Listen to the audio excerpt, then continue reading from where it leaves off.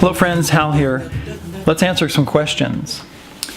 We get this question. The power chords, actually he writes it out, but I'm going to play it for you. It looks like this. He's asking about the open A and the second fret. Here, let's zoom in this a little bit.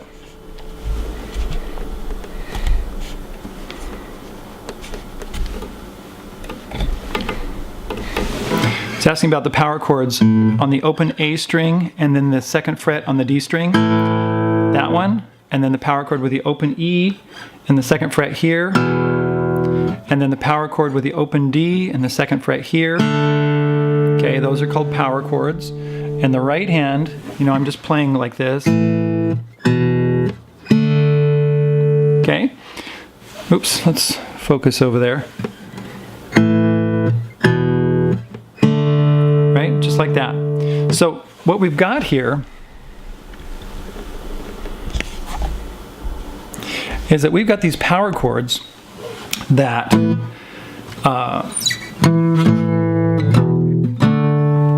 okay, these are actually not, I'm trying to think of the word that I want to use here. These are not complete chords. These are actually partial chords, all right? And we're going to have to talk about this in music theory because on Theory Thursday we can talk, in fact I think what I'll do is skip ahead and talk about this perhaps this Thursday, which is actually Thanksgiving.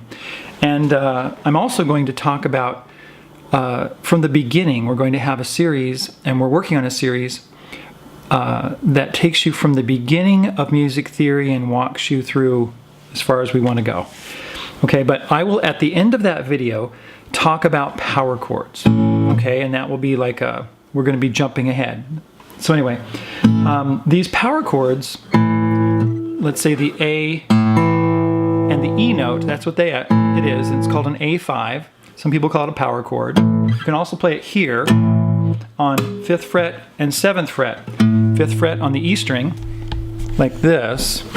Right there, oops, right there, and then 7th fret on the 5th fret on the E string, 7th fret on the A string. Sometimes people put another finger right there, right, and do that. Now let's zoom out and I'll show you this.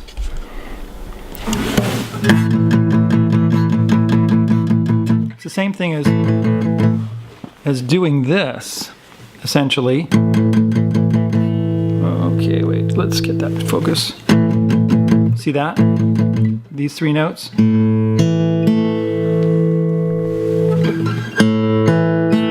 that? Okay, a complete chord, complete A chord includes this note right here. It includes that C sharp. Come on, come on, come on, come on. Focus. That note right there. Right? So we've got those four notes.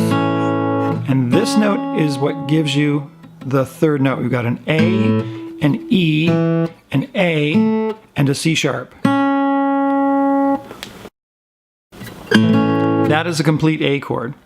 And then what we have is, if you have if you just have these three notes, the open A, come on, stay focused over there, the open A, the second fret there, and the second fret there, right? Those three notes, then that's a power chord because you don't have this note right here. This note is what gives it major sound, or if we move it back to there, we get a minor sound. So A minor, A major. You take that note out, right? And you just play the open A string, second fret on the D string, second fret on the G string, and you've got a partial chord. An A note, an E note, and another A note. And we call that a power chord. Now, in the traditional sense of music theory, they don't call these power chords. They call these, well, those two notes, the open A and the E, is called a perfect fifth. okay? And it's really an open chord because that third of the chord right there, you don't get the third of the chord. That note right there, that's the note that gives us the quality of the chord, that tells us if it's major or minor. You take that note out and it's not major and it's not minor until you have, in the case of an A chord, that C sharp. With a C sharp, it's a major chord. With a C, it's a minor chord. So power chords are actually partial chords that don't give you a major or minor feel. Now, in the case of an electric guitar, when you're playing those power chords, you've got some distortion on there and they sound really powerful. I think that's why they call them power chords. So to answer the question, you know, are these power chords or are these, you call those A5, E5, and D5, or A, E, and D? Well, you call them A5, E5, and D5 because there is no third in the chord. If you don't understand that, come back Theory Thursday and we'll talk to you about that. All right, let's go next to the next question, which is, oh, somebody said on La Bamba Song Saturday #1, you forgot to add the lead sheet. No, not really. I didn't really forget to add the lead sheet. It was just so simple I didn't think I needed it. But if you really need it, we'll make one up and we'll get it going. All right, let's see. Here's another comment on Sacred Sunday, Amazing Grace, #1.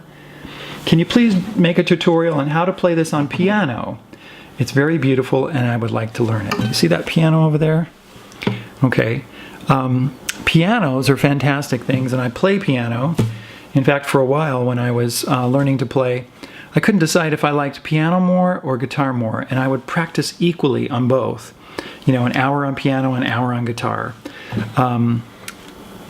But I finally decided that I like the guitar more than I like the piano, and I spend more time on it, but I do play the piano every day, and I love it.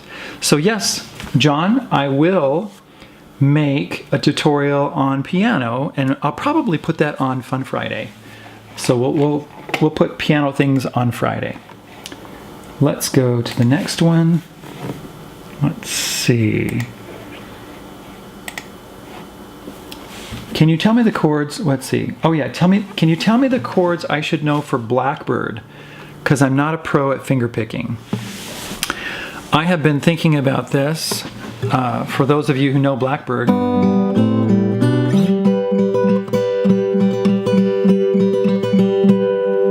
Blackbird singing in the dead of night, take these broken wings and learn to fly. You know what? I've thought about this, and if we were to try to, let's see, Blackbird singing in the, I tried to do this, Blackbird singing in the dead of night.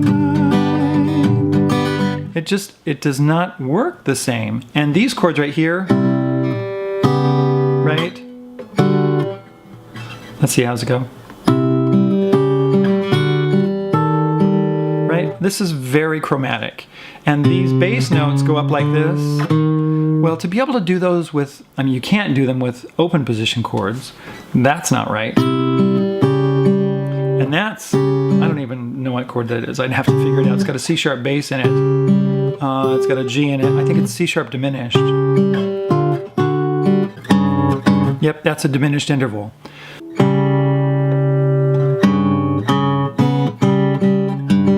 Yep, it's a compound tritone.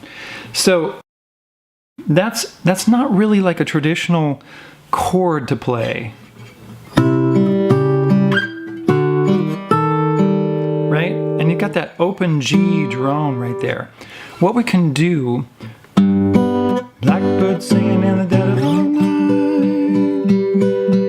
We could do something like that. But you know what? I'm going to do a video on Blackbird. Perhaps I can get it out by Saturday.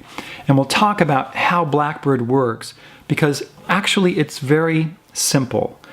And if you're not a pro at fingerpicking, then you need to work on it, okay? and maybe we'll do the chords like that. Okay, we'll address that on Saturday. All right, let's get another one going here. I usually play D/A, which is actually this chord that he's talking about. It's the D chord with the A string, right? With your A string right there,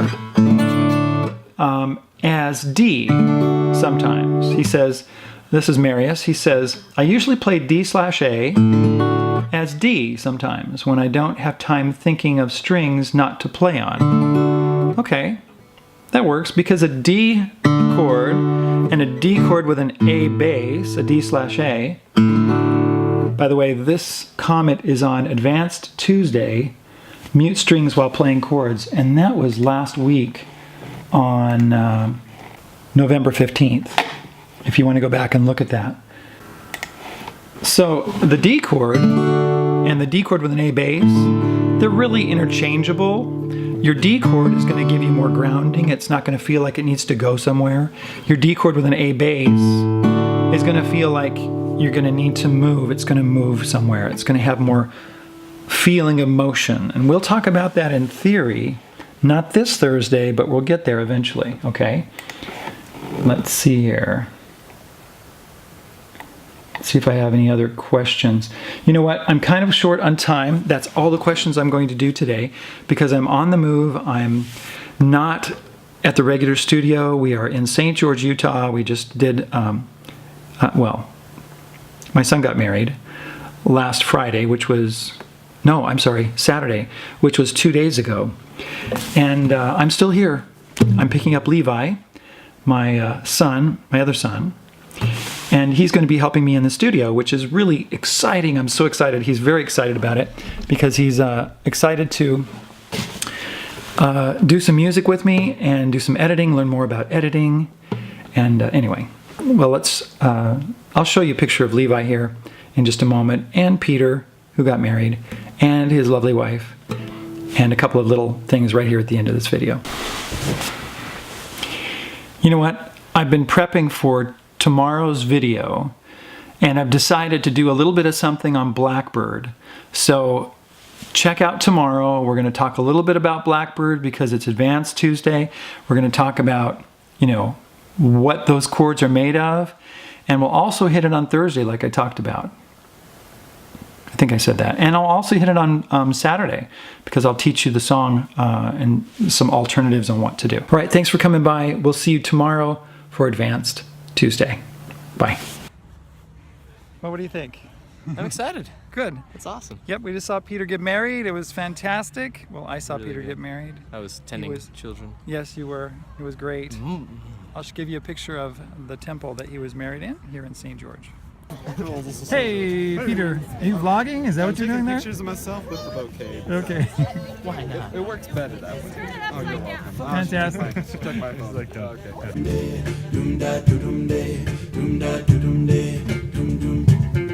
Standing stone, wake up and talk to me. Standing stone, won't you give me eyes to see? Read it in the clouds, read it from the earth. Your language holds the key.